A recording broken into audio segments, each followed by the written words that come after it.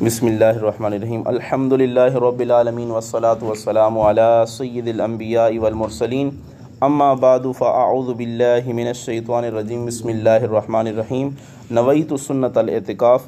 مسجد میں جب داخل ہوا کریں تو یہ اعتکاف کی نیت فرما لیا کریں۔ یہ نفلی اعتکاف کا فائدہ یہ ہوگا جب تک بیٹھے رہیں گے تو ہر سانس کے بدلے آپ کو نیکیاں ملتی رہیں گی۔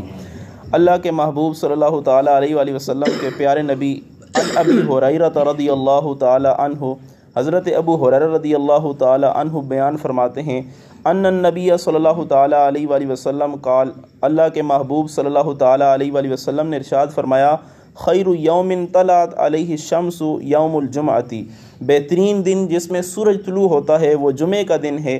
فیہ خلق آدم و فیہ ادخل الجنۃ، یہ وہ دن ہے کہ جس میں حضرت آدم علیہ نبینا علیہ الصلوۃ والسلام کو پیدا کیا گیا اور اسی دن ان کو جنت میں داخل کیا گیا۔ وفیہ اخرج منہا، اور اسی دن انہیں جنت سے باہر نکالا گیا۔ ولا تقوم الساعۃ الا فی یوم الجمعۃ، اور قیامت جو قائم ہوگی تو وہ بھی جمعے والے دن ہی قائم ہوگی۔ تو جمعے کی بہت ساری فضیلتیں ہیں۔ اگر کوئی آدمی جمعے کی فضیلت کو دیکھنا چاہے یا اس کو سمجھنا چاہے تو وہ احادیث کا مطالعہ کرے تو اسے پتہ چل جائے گا کہ جمعے کی کتنی فضیلت ہے۔ جمعے کی ایک فضیلت یہ ہے کہ عام دنوں میں اگر کسی نیکی کا ثواب 1 سے 10 تک ملتا ہے تو جمعے کی فضیلت یہ ہے کہ ایک نیکی کا ثواب 1 سے لے کر 70 گنا تک ملتا ہے۔ اسی طرح اگر کوئی آدمی کسی سے گناہ ہو جائے تو اس کا عقاب بھی اتنا ہے۔ مثلا ایک نیکی کی تو 1 سے لے کر 70 گنا تک اس کو ثواب ملے گا، اگر گناہ کیا تو اس کی سزا بھی اتنی ہوگی۔ اور جمعے والے دن کی اور بھی بڑی فضیلت ہے۔ یہ ساری احادیث جو ہے یہ آپ جانتے ہیں کہ جو آدمی سب سے پہلے مسجد میں حاضر ہوتا ہے اس کو اونٹ صدقہ کرنے کا ثواب ملتا ہے، اور جو دوسرے نمبر پہ حاضر ہوتا ہے اس کے لیے جو ہے وہ گائے ذبح کرنے کا صدقہ ہوتا ہے۔ جو تیسرے نمبر پہ حاضر ہوتا ہے سینگ والا مینڈا جو ہے وہ اس کے لیے ذبح کرنا یا اس کو صدقہ کرنے کا ثواب ہوتا ہے۔ اس کے بعد جو حاضر ہوتا ہے اس کے لیے مرغی صدقہ کرنے کا ثواب، اور اس کے بعد جو حاضر ہوتا ہے اس کے لیے جو ہے وہ مرغی کا انڈا صدقہ کرنے کا ثواب ہوتا ہے۔ اسی طرح دروازے پہ فرشتے جو ہے وہ پہرا دے رہے ہوتے ہیں، ان کے پاس رجسٹر ہوتا ہے اور قلم ہوتا ہے، وہ نام لکھ رہے ہوتے ہیں جو جمعے کے لیے آتا ہے۔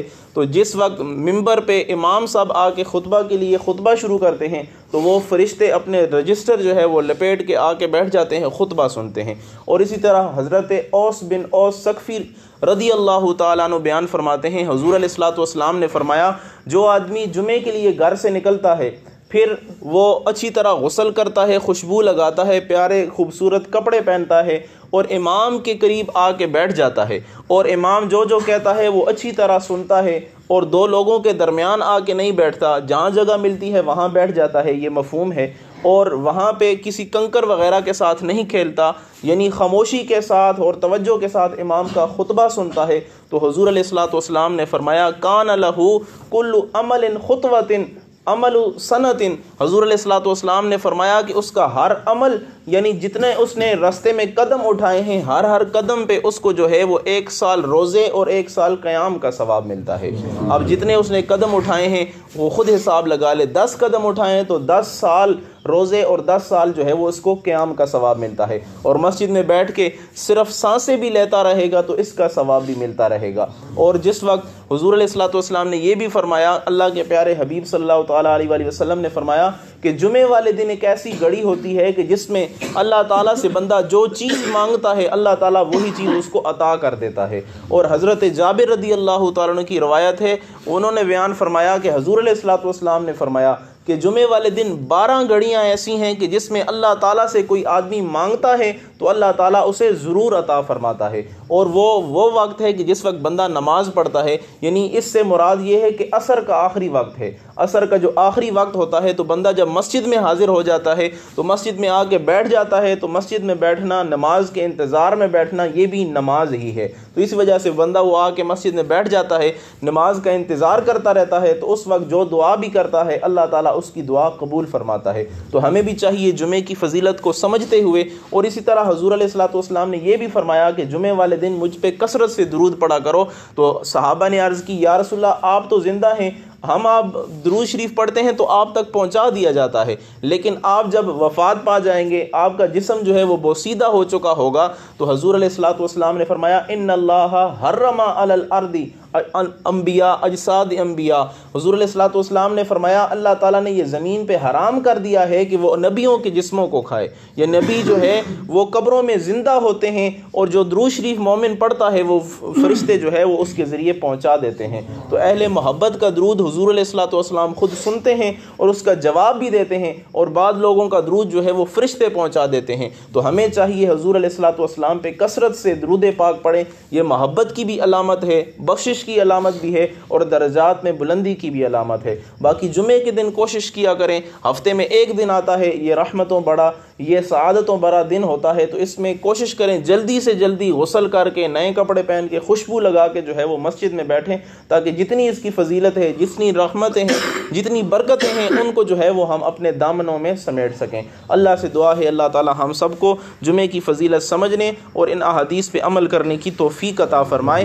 آمین برحمتک یا ارحم الراحمین. الصلاۃ والسلام علیک یا سیدی یا رسول اللہ، الصلاۃ والسلام علیک یا سیدی یا حبیب اللہ، الصلاۃ والسلام علیک یا سیدی یا نبی اللہ، الصلاۃ والسلام علیک یا سیدی یا نور اللہ، الصلاۃ والسلام علیک یا سیدی یا شفیع المذنبین، وعلی آلک واصحابک یا سیدی یا خاتم النبیین. آمین. اللهم صل على سيدنا ومولانا محمد وعلى آل سيدنا ومولانا محمد وبارك وسلم وصل عليه. اللهم أنت السلام ومنك السلام وإليك يرجع السلام. حينا ربنا بالسلام وادخلنا دار السلام. تباركت ربنا وتعاليت يا ذا الجلال والإكرام. يا رب العالمين، يا الله يا الله يا أحد يا صمد يا لم يلد ولم يولد ولم يكن له كفوا أحد. يا رب العالمين، يا خالق کائنات، ہماری یہ نماز فجر پڑھنا، یا رب العالمین ذکر و اذکار کرنا، تیرے پیارے حبیب کے فرامین سننا، بیان کرنا، اپنی بارگاہ میں قبول و منظور فرما. یا رب العالمین جو کچھ پڑھا، جو کچھ سنا، یا رب العالمین ہم سب کو اس پر عمل کرنے کی اور دوسرے لوگوں تک پہنچانے کی توفیق عطا فرما. یا رب العالمین کثرت سے درود پاک پڑھنے کی توفیق عطا فرما. یا رب العالمین جمعے کی فضیلت کو سمجھتے ہوئے یا رب العالمین مسجد میں اول وقت میں حاضر ہونے کی توفیق عطا فرما. یا رب العالمین تیری رحمتوں کا جو دریا بہ رہا ہے، یا رب العالمین تیری سعادتوں، تیری برکتوں کا جو دریا بہ رہا ہے، یا رب العالمین ہمیں اپنے دامن کو یا رب العالمین اس سے سمیٹنے کی توفیق عطا فرما. یا رب العالمین ہمارے سینوں کو اپنے نور سے منور فرما. یا رب العالمین ہمارے سینوں کو اپنے پیارے قرآن کی تلاوت سے منور فرما. یا رب العالمین، یا رب العالمین اس پیارے مہینے میں، یا رب العالمین اس پاک مہینے میں ہمارا ظاہر و باطن پاک و صاف فرما. الہی ہمیں ہر قسم کی گناہوں سے ہمیشہ محفوظ فرما. بڑوں کا ادب و احترام، چھوٹوں سے محبت شفقت کی توفیق عطا فرما. الہی ہم سب کو قرآن و حدیث پڑھنے، سمجھنے اور اس پر عمل کرنے کی توفیق عطا فرما. یا رب العالمین جس کی کوئی نیک جائز خواہش ہے، حاجت ہے، یا رب العالمین اپنے کرم سے اپنے پیارے نبی کریم رؤوف الرحیم کے توسل سے پوری فرما. یا رب العالمین جنہوں نے اولاد کی لیے کہا ہے کہ یا رب العالمین ہمارے لیے دعائیں کریں، یا رب العالمین انہیں نیک و صالح اولاد عطا فرما. یا رب العالمین جو پریشان حال ہیں، جو مقروض ہیں، یا رب العالمین انہیں قرضوں سے نجات عطا فرما. یا رب العالمین انہیں ہر قسم کی ظاہری باطنی بیماریوں سے شفائے کاملہ نصیب فرما. یا رب العالمین جن کی جو مشکلات ہیں، یا رب العالمین تو بہتر جاننے والا ہے. یا رب العالمین تمام لوگوں کی مشکلات میں آسانیاں پیدا فرما. یا رب العالمین ہم سب کو رزق حلال کی توفیق عطا فرما. رزق حلال میں ہمارے لیے برکتیں عطا فرما. اللہم انا نسألک الہدی والتقی والعفاف والغنی. ربنا لا تزغ قلوبنا بعد اذ هدیتنا وهب لنا من لدنک رحمہ انک انت الوہاب. رضینا باللہ ربا وبالاسلام دینا وبمحمد رسولا صلی اللہ تعالی علی خیر خلقہ محمد وعلی آلہ واصحابہ اجمعین. آمین برحمتک یا